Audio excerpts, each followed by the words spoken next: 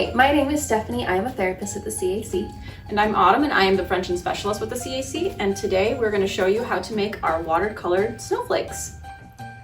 All right, so the first thing that we need to do is we need to get our supplies. You need a coffee filter, as many as you want, as big as you want. You're going to need your scissors, your food coloring, and a paper plate. If you have a bigger coffee filter, you'll need a bigger plate.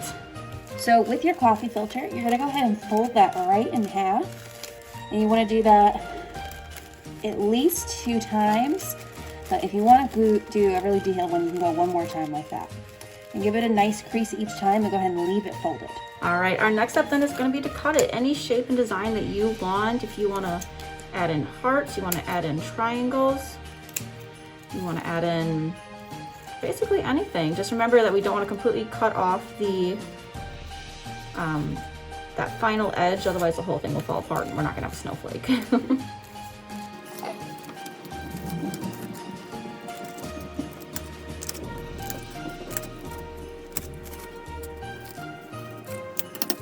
So now we're going to go ahead and use our food coloring to give our snowflake that tie-dye look. So you can go ahead and pick, or the watercolor look.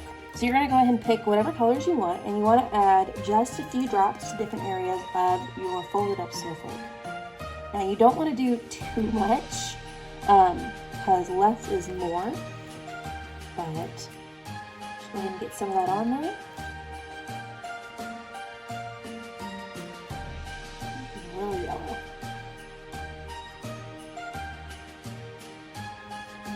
Our next step then is we are going to add the water to try and give it that watercolor effect. It's going to be the same thing where less is more unless you really want those colors to blend.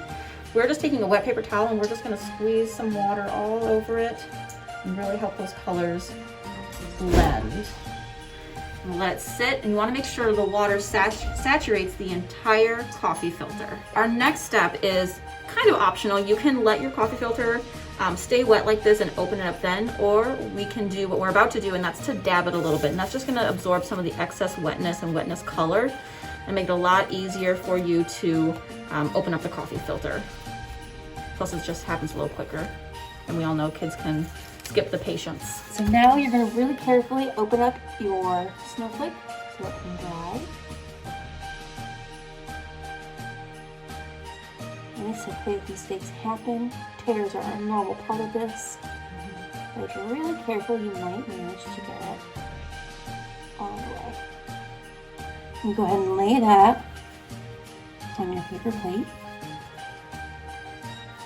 And then let it dry. And as you can see, once they are dry, they will have a more solid kind of feel. You can hang them up, you can tape them to the wall, you can have some string and hang them from somewhere.